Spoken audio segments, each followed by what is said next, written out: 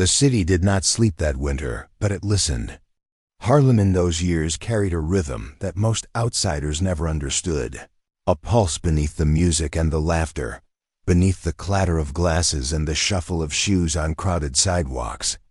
Something older, something watchful, something that remembered every injustice even when the world pretended to forget.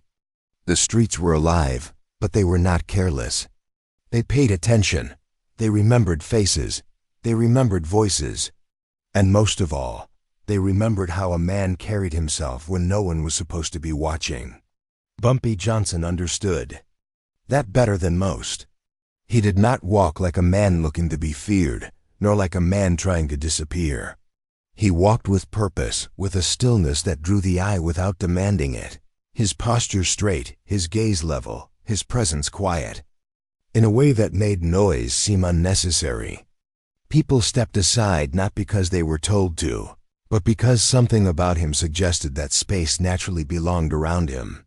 He never rushed, never postured, never filled silence with words that didn't need to be spoken. In a city that thrived on movement, Bumpy had mastered the power of restraint. That evening, the air carried a sharp chill, the kind that slipped through coats and lingered in the bones. But the sidewalks were still busy, lit by neon signs and the warm glow spilling from doorways where jazz hummed softly into the street.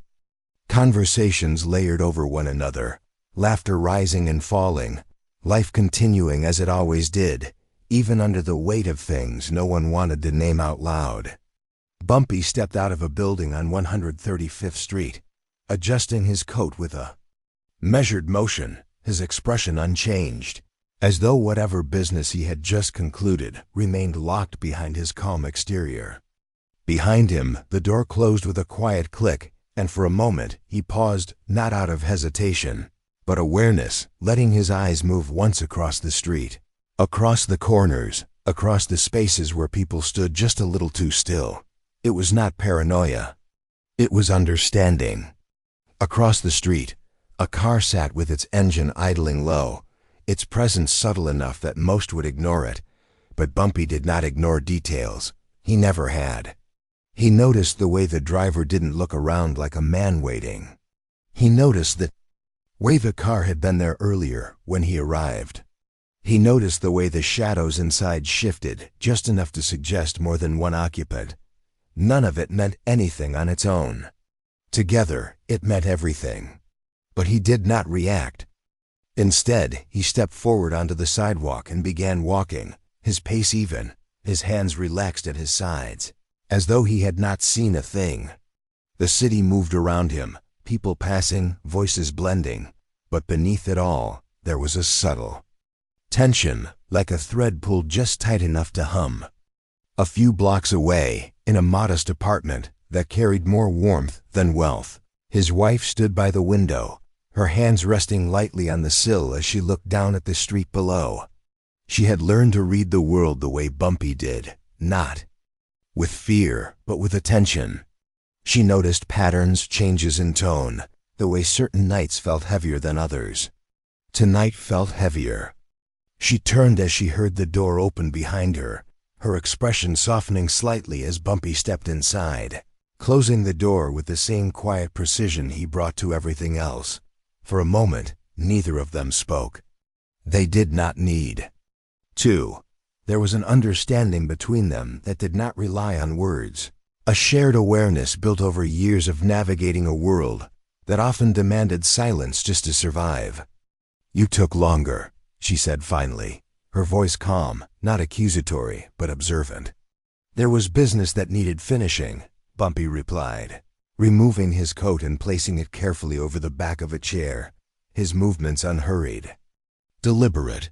She studied him for a moment, noting the subtle details others might miss, the slight tension in his shoulders, the way his eyes lingered just a fraction longer than usual on the window, the way his stillness felt just a touch more intentional. "And?" she asked. Bumpy met her gaze, his expression steady.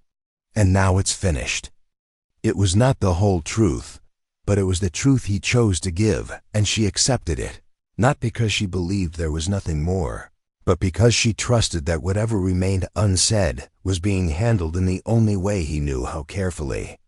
Outside, the car was still there. Inside it, a man sat in the passenger seat, his eyes fixed on the building across the street, his fingers tapping lightly against his knee in a rhythm that betrayed impatience more than confidence. He was not from Harlem. That much was clear in the way he looked at the neighborhood, not with familiarity, but with calculation, as though the streets were pieces on a board rather than places where people lived their lives. "You sure this is him?" the driver asked, his voice low. The man in the passenger seat nodded once, not taking his eyes off the building. "That's him." The driver shifted slightly, glancing in the rearview mirror before looking back at the street. "Don't look like much." The passenger allowed himself a faint smile, though there was no humor in it. "That's the point." They sat in silence for a moment longer, the weight of whatever they had come to do hanging between them, unspoken but understood. Then, slowly, the passenger reached into his coat and pulled out a folded piece of paper, smoothing it out against his knee. Names, addresses, times, details gathered with care, each one a step in a plan that had been set in motion long before this night. At the top of the list, one name stood alone: Bumpy Johnson. Back inside, Bumpy moved toward the small table near the center of the room, pouring himself a glass of water, his movements steady, unhurried, as though time itself bent slightly around him. He took a sip, then set the glass down, his eyes drifting once more toward the window. "They're watching," he said quietly. His wife did not turn to look. She did not need to. "How many?" "At least 2, he replied. "Maybe more." There was no fear in the room, only a quiet acknowledgement of reality, the kind that did not waste energy on panic. She nodded once, absorbing the information, her mind already moving through possibilities, through outcomes, through the unspoken question that always followed: what do they want? Bumpy's gaze remained steady. Control. The word hung in the air, heavy with implication, with history, with everything it represented in a world where power was often taken, not earned. "And what will you give them?" she asked. Bumpy turned from the window, meeting her eyes fully. Now his expression unchanged, but something deeper settling beneath it, something firm, unyielding. "Nothing they didn't already have the chance to take," he said. Outside, the passenger folded the paper carefully, slipping it back into his coat as he leaned forward slightly, his eyes narrowing as he saw movement in the window above. A silhouette. 2 figures. Confirmation. "Tomorrow," he said quietly. The driver frowned. "Tomorrow?" The passenger nodded, his gaze fixed. "Not here, not like this. Too many eyes." He leaned back, exhaling slowly, as though adjusting the timing of something inevitable rather than reconsidering it. "We do it where it matters," he added. The engine shifted slightly as the driver adjusted his grip on the wheel, glancing once more at the building before nodding. "Tomorrow, then." The car pulled away slowly, blending into the night, its presence fading as though it had never been there at all. But Harlem had seen it, and Harlem remembered.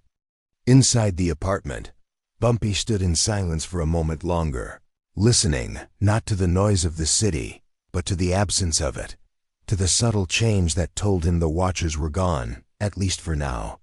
He exhaled once, slow and measured, before turning back to the room. "They'll move soon," he said.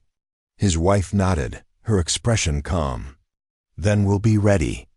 Bumpy allowed himself the faintest hint of a smile, not one of amusement, but of quiet certainty, the kind that came from knowing exactly who he was and what he stood for, regardless of who stood against him.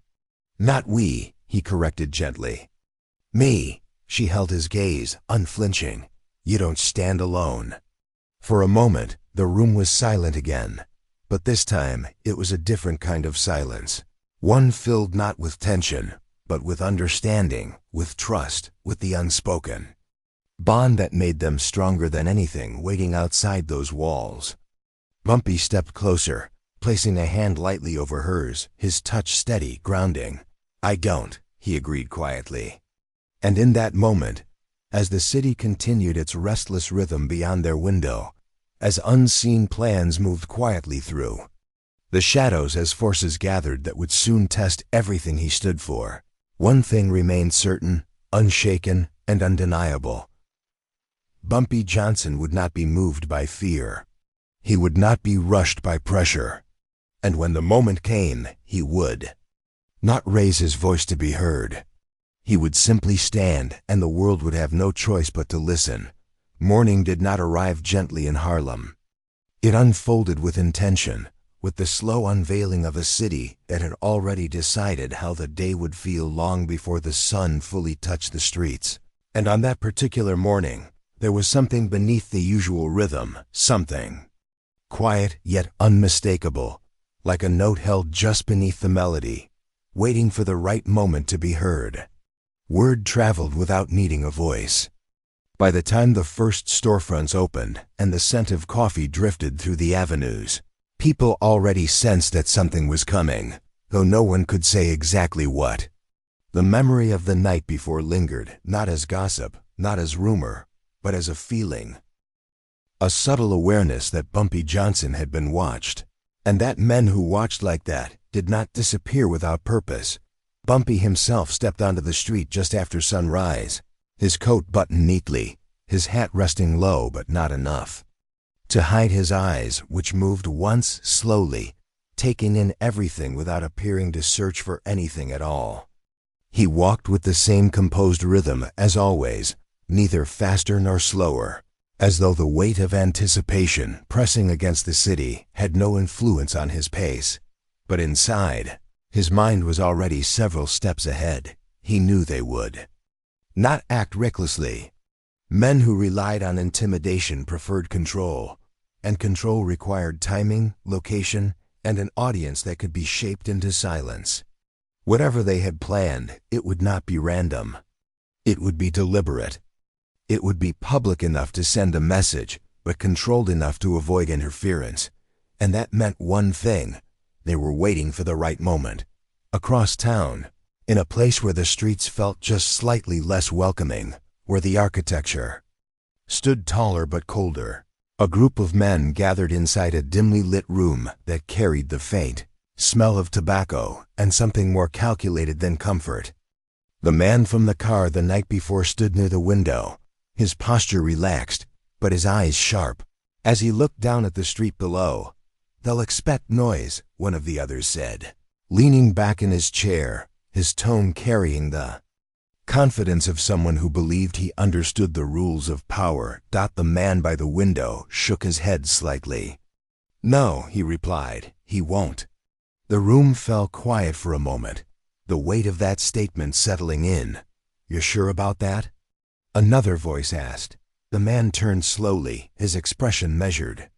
"Men like him don't react the way you think they will," he said. "That's why people follow them." There was a pause, then a faint smirk from the man in the chair. "Then we make sure this time he doesn't have a choice." The man by the window said nothing, but his gaze returned to the street, his mind already moving through the plan, through the details, through the outcome he intended to force into existence. Back in Harlem, Bumpy's wife moved through the apartment with quiet purpose, her action steady, her expression calm, but her awareness heightened in a way that only came when something important was approaching.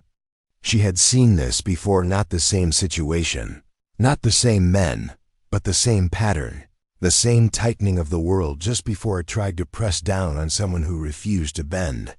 When Bumpy returned briefly before noon, she met him at the door, her eyes searching his face not for fear, but for clarity. "They've decided," she said softly.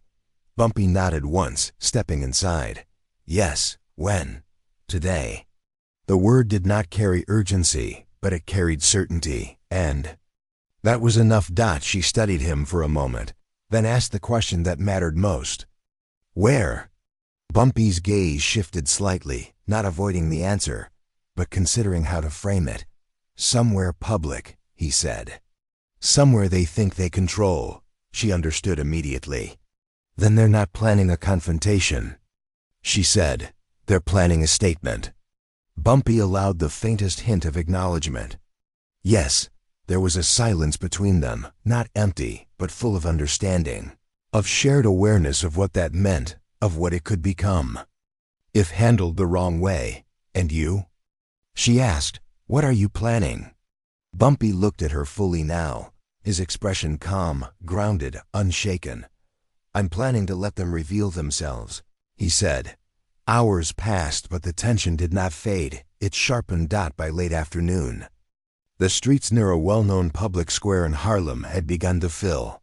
Not unusually, not in a way that would draw attention from the outside, but enough that the space carried a steady flow of people, enough that anything that happened there would not go unnoticed.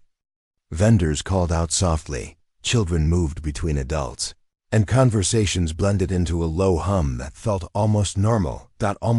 Bumpy arrived without announcement, stepping into the square as though he were just another man moving through his day, his presence blending into the environment in a way that only someone truly in control of himself could manage. He did not look around excessively, did not scan the crowd with suspicion.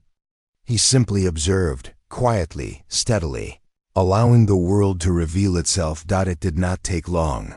From the edge of the square, the same man from the night before stepped forward, his movements subtle but intentional, his eyes fixed on Bumpy with a focus that cut through the noise of the crowd.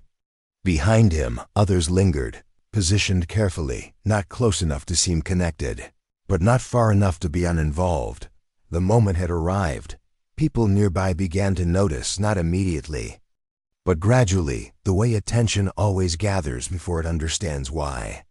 Conversations softened, movements slowed. A space began to form, not forced, but natural, as if the crowd itself sensed that something was about to unfold. The man approached until he stood just a few feet from Bumpy, his posture confident, his expression carrying a hint of something that resembled a smile but lacked warmth entirely.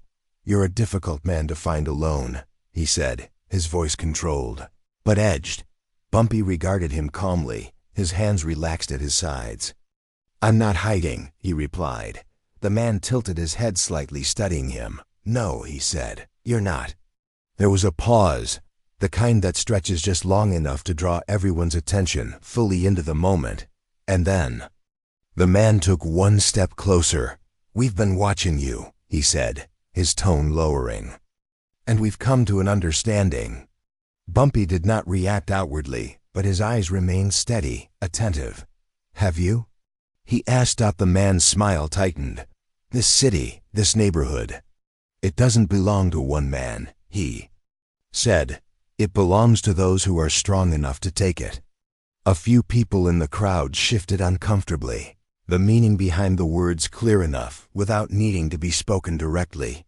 Bumpy nodded slightly, as though considering the statement. And you believe that's you, he said. The man's expression hardened. We know it is. Silence fell again, heavier this time, pressing against the edges of the square as more people stopped to watch, their presence growing, their attention fixed, their understanding deepening. This was not just a conversation. This was a test. The man leaned in slightly, his voice dropping further. You've built something here, he said. Respect, influence, people listen when you speak. Bumpy said nothing. And that makes you a problem, the man continued. For a moment, it seemed as though the tension might break, that something louder, something more forceful might follow, but instead, the man straightened, taking a small step back, as if giving the moment space to breathe, before delivering what he believed would be the final piece. So here's what's going to happen, he said, his voice now just loud enough for those closest to hear. You're going to step aside, quietly, no trouble, no resistance. The words hung in the air, heavy with expectation. Around them, the crowd had grown still, completely still, drawn into the gravity of the moment. into the quiet confrontation that felt larger than the two men at its center.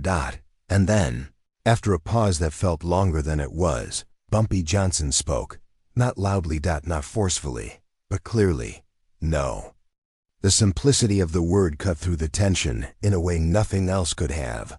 The man blinked once, as though the response had not matched the outcome he had prepared for. No? He repeated. Bumpy's gaze did not waver. No, he said again. Another pause. The air tightened. You don't understand, the man said, a trace of irritation slipping into his tone. This isn't a request. Bumpy inclined his head slightly, acknowledging the statement without accepting it. I understand exactly what it is, he said. The man's jaw tightened. Then you understand what happens next. And for the first time, Bumpy took a step forward. Not aggressive, not rushed, but deliberate, and as he did, something shifted in the crowd. A collective awareness that the moment had reached its turning point. Bumpy looked at the man, not with anger, not with defiance, but with something far more unsettling: certainty. You're standing in a place you don't understand, he said quietly. The man scoffed lightly, though the sound lacked conviction. And you do? Bumpy's gaze moved briefly, not away, but outward, toward the people gathered around them, toward the faces watching, listening, waiting. Then it returned. I understand this, he said. He did not raise his voice. He did not gesture dramatically. He simply stood there, present, grounded, unshaken. And in that presence, something began to happen. One by one, almost imperceptibly at first, people in the crowd stopped pretending to be uninvolved. Their posture changed. Their attention sharpened. They did not step forward, did not speak, did not intervene, but they did something far more powerful. They stood still together, watching. The man noticed it, too. He glanced briefly around, expecting indifference, expecting avoidance. But what he saw instead unsettled him. There was no fear in their eyes, no retreat, just quiet, collective awareness. The balance had shifted, not through force, not through threat, but through presence. Bumpy stepped just a fraction closer, his voice still, calm, still steady. You came here to make a statement, he said, but you chose the wrong audience. The words settled deeply, not just on the man in front of him, but on everyone within earshot. For a moment, no one moved. No one spoke, and then slowly, the man took a step back, not dramatically. Not with any admission. But with hesitation. And in that hesitation, everything became clear. The power he thought he carried was not his to hold. The crowd remained still. 200 people, completely still, not out of fear, but out of understanding. And in that silence, louder than any shout, more decisive than any act of force, the moment ended not with violence, not with chaos, but with something far more enduring. Respect had refused to move. The silence did not end when the crowd began to move again. It followed them. It settled into the spaces between conversations, into the pauses that stretched a little longer than usual, into the way people looked at one another, with a shared understanding that something significant had taken place, something that could not be undone simply by walking away from it. Harlem had witnessed many confrontations, many displays of power, many moments where tension spilled into chaos, but what they had seen that afternoon was different.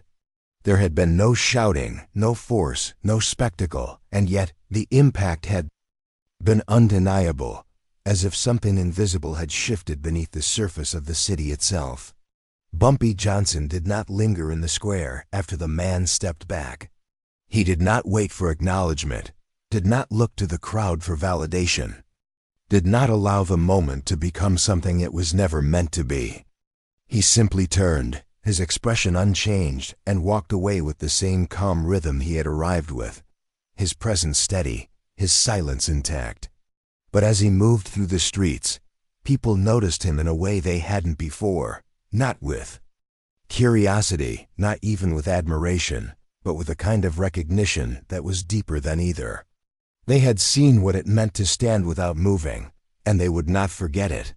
By the time evening began to settle over Harlem, the story had already traveled further than any one voice could carry it. It moved through barbershops, through back rooms, through quiet conversations at dinner tables, each retelling shaped not by exaggeration, but by the same central truth, that a man had been tested in public and had not yielded, not with force, but with presence.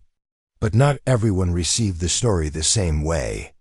Across town, in that same dimly lit room where plans had been made with quiet certainty, the atmosphere had changed. The man who had stood in the square now paced slowly, his movements controlled but restless, his mind turning over the moment again and again, searching for where it had shifted, where control had slipped from his grasp without him realizing it until it was already gone. "They just stood there," one of the others said, his voice edged with frustration. "They didn't move, not one of them."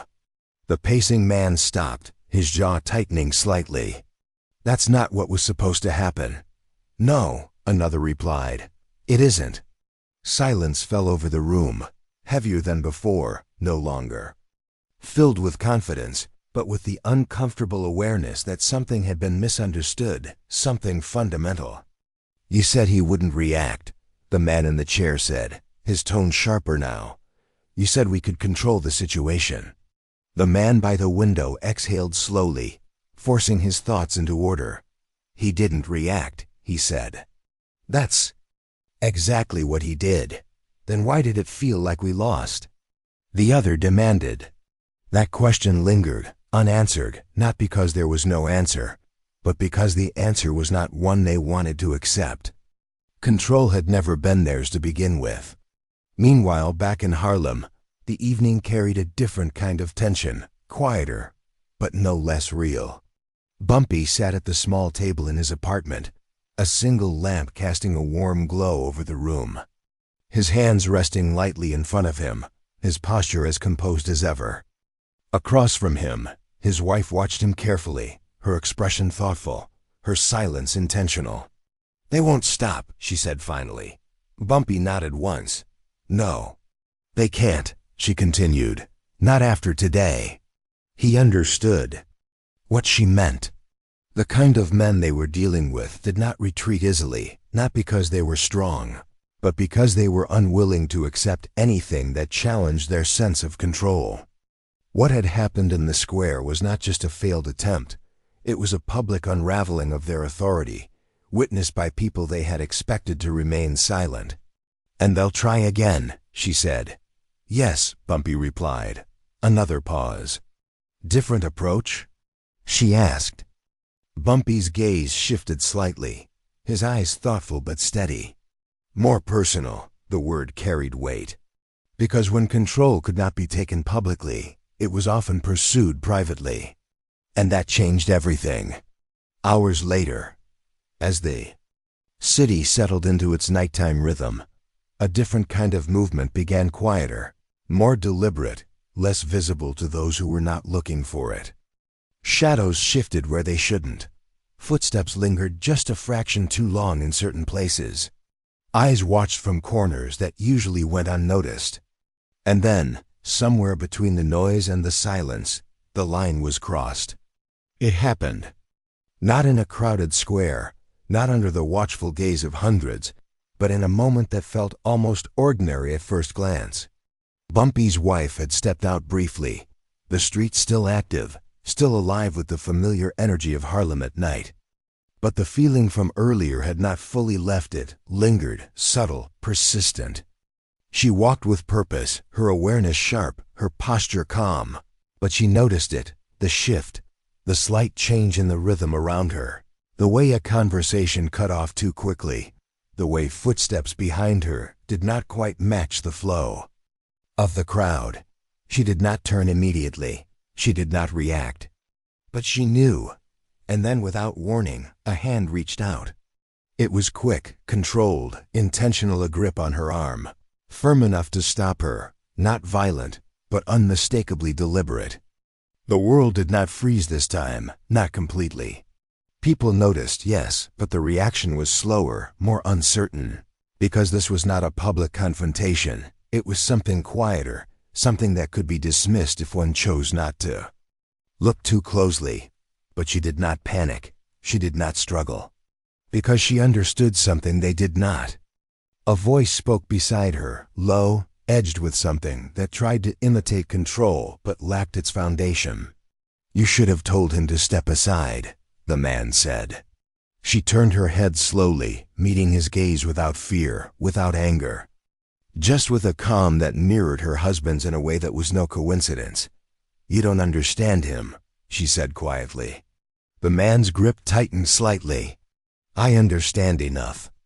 But even as he spoke, something in his expression faltered, not because of her words, but because of her composure, because she was not reacting the way he expected, not giving him the resistance or fear that would validate his actions.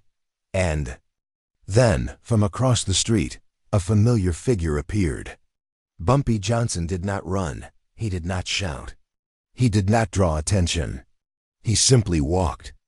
Step by step, steady, deliberate, his presence cutting through the uncertainty of the moment like a quiet force that could not be ignored. People began to notice, their attention shifting, their awareness sharpening, the energy in the street, changing in a way that was difficult to explain, but impossible to miss. The man holding her arm saw him too, and for the first time, doubt flickered clearly across his face. Because this was no longer a controlled situation. This was no longer a private moment. This was becoming something else entirely. Bumpy stopped. A few feet away, his gaze settling first on his wife, ensuring she was unharmed, then shifting to the man, his expression unchanged, his posture relaxed, but his presence unmistakable. There was no anger in his eyes, only clarity. "You've made the same mistake twice," Bumpy said quietly. The man forced a smirk, though it didn't quite hold. "Looks different this time," he replied. Bumpy tilted his head slightly. "Does it?" The question lingered, not as a challenge, but as an invitation to reconsider something the man was only just beginning to understand. Around them, people had begun to slow again, not stopping completely, but enough that the moment expanded, enough that it was no longer contained.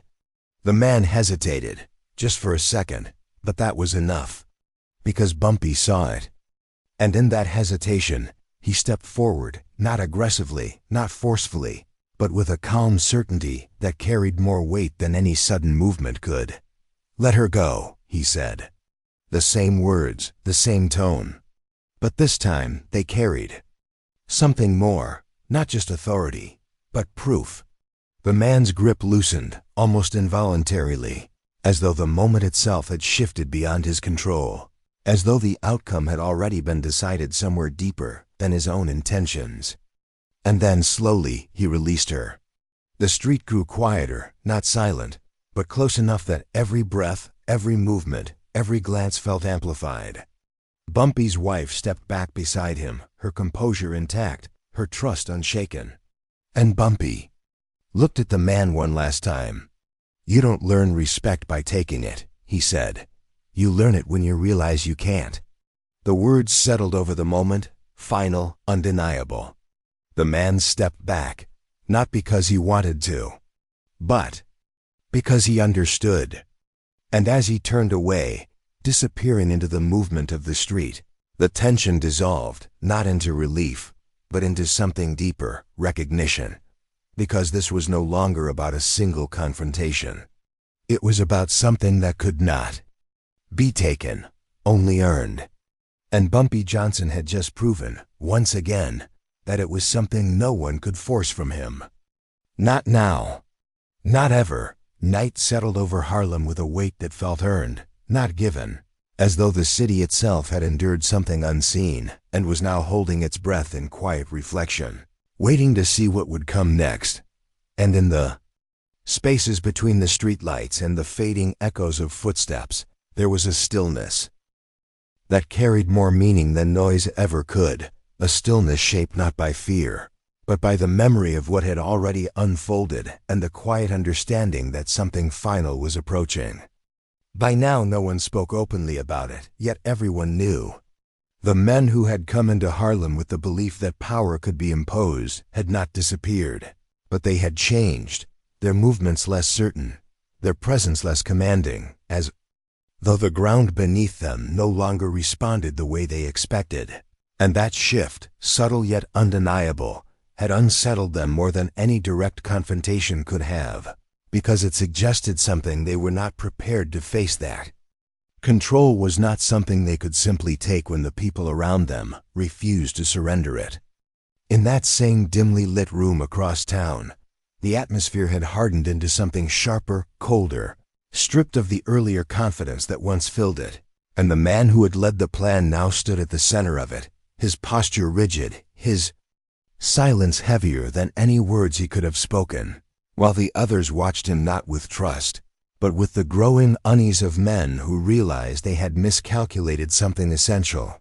"This ends tonight," one of them said, breaking the silence with a voice that tried to sound decisive, but carried an edge of urgency that betrayed its intent. The man did not respond immediately, his gaze fixed on nothing in particular, as though he were replaying every moment that had led them here, searching for a version of events that still placed him in control, but finding none. And when he finally spoke, his voice was quieter than before, not weaker, but stripped of illusion. "It should have ended before it started," he said. Another man leaned forward, his expression tight. "Then fix it," he replied. "No more scenes, no more crowds. We make it simple, simple." The word hung in the air, hollow in a way that no one acknowledged out loud, because nothing about what they had tried had been simple, and nothing about what they were facing now could be reduced to something so easily managed. But still, they clung to it, because the alternative was harder to accept. Back in Harlem, Bumpy Johnson sat in the quiet of his apartment, the same small table before him, the same steady posture. But the air around him carried a finality that had not been there before, as though all the moments leading up to this had narrowed into a single point, a single decision that would not be undone once it was made. His wife stood near the window, her gaze drifting over the street below, her awareness as sharp as ever, but her expression calm, grounded in the same certainty that had carried them through everything before this. "They'll come again," she said softly. Bumpy nodded, his hands resting lightly on the table. "Yes." "And this time?" she asked. He looked up at her, his eyes steady, clear, unshaken. "This time, they won't be looking for an audience." She turned from the window, meeting his gaze fully. "Then neither will you." A faint pause passed between them, not hesitation, but recognition, and then Bumpy allowed the smallest hint of a nod, as though acknowledging a truth that did not need to be spoken twice. "No," he said, "they won't get one." The hours that followed carried a quiet tension, not loud, not chaotic, but precise, as though the city itself understood that something important was about to conclude, and in that understanding, everything moved just a little more carefully, a little more deliberately, as if even the smallest detail might matter. And then, as the night deepened, it happened, not with noise, not with force, but with intention. The men arrived where they believed they would finally regain control, not in a crowded square, not in a place filled with witnesses, but in a quieter street where the shadows stretched longer and the light did not reach quite as far. A place where they assumed presence would be enough, where they believed the absence of an audience would return the balance in their favor. But when they stepped into that space, they found something they had not expected. Bumpy Johnson was already there. He stood beneath a single streetlight, his figure calm, composed, his posture unchanged, as though he had been waiting not for them, but for the moment itself to arrive. And for a brief second, the men hesitated, not because they were afraid, but because something about the scene did not match the outcome they had prepared for. "You knew we'd come," the man said, his voice measured, though it lacked the certainty it once carried. Bumpy regarded him quietly. "You've been trying to be seen," he replied. "Tonight, you thought no one would be watching." The man stepped forward slightly, his jaw tightening. "And no one is." Bumpy's gaze did not shift, but there was a subtle change in his expression. Not a smile, not amusement, but something quieter. "That's where you're wrong," he said. The words settled into the space between them, not as a challenge, but as a statement that carried its own weight, and for a moment, the men glanced around instinctively, as though expecting to find hidden eyes in the darkness, but there was nothing, no crowd, no movement, no visible presence beyond the four of them. And yet, something felt different. The man shook it off, stepping closer, his tone sharpening. "You've had your moments," he said, "but this ends now." Bumpy remained still, his presence steady, unshaken. "You've been trying to end something you never understood," he said quietly. The man's expression hardened. "What?" "I understand is that this city doesn't belong to you." Bumpy nodded slightly. "That's true." The response caught him off guard, just enough to create a pause, a small fracture in the momentum he was trying to build. "It doesn't belong to me," Bumpy continued. "And it doesn't belong to you." Silence followed, deeper now, heavier. "Then who does it belong to?" the man asked, his voice edged with frustration. Bumpy's gaze shifted, not away, but outward, toward the surrounding buildings, toward the unseen spaces where lives continued even in the quiet of night, toward the community that existed beyond the reach of any single man's claim. "It belongs to the people who refuse to let it be taken," he said. The words did not echo, but they carried. And in that moment, something shifted again, not in the environment, not in the shadows, but in the understanding of the men standing there, because they realized, perhaps too late, that they had been approaching this all wrong, that they had mistaken presence for power, silence for weakness, and control for something that could be imposed without resistance. The man took another step forward, but this time, it lacked the confidence it once held. "You think standing there changes anything?" he said. Bumpy did not move. "I think you've already seen that it does." Another pause. Another fracture. And then, for the first time, the man looked at Bumpy not as an obstacle, not as a target, but as something else, something he could not easily define, something that did not fit into the framework he had relied on. "Why?" he asked suddenly, the question slipping out before he could stop it. "Why not just fight back? Why not make this easier?" Bumpy's expression remained calm, but there was a depth in his eyes now, something reflective, something grounded in a truth that had been tested long before this moment. "Because then I'd be playing your game," he said. The simplicity of the answer landed harder than any force could have. And in that instant, the tension broke not with violence, not with noise, but with understanding. The man exhaled. Slowly, the fight draining not from his body, but from his certainty, from the belief that had carried him into this situation and now left him without footing. Behind him, the others shifted, uncertain, waiting for direction that did not come. And then, without another word, the man stepped back, not abruptly, not dramatically, but decisively. And one by one, the others followed, no threats, no final gestures. Just a quiet retreat into the same shadows they had emerged from, their presence dissolving into the night as though it had never fully taken hold to begin with. Bumpy remained where he was for a moment longer, his posture unchanged, his gaze steady, as if allowing the moment to settle completely before turning away, before letting it become part of something larger than itself. When he finally moved, it was with the same calm rhythm as always, his steps measured, his presence grounded, as though nothing about the night had altered who he was or what he stood for. But Harlem would remember, not the confrontation, not the men, but the silence that followed. Because in the end, nothing had been forced, nothing had been taken, and nothing had been broken. And yet, Everything had changed. Respect had not been demanded, it had not been claimed. It had simply remained, unmoved.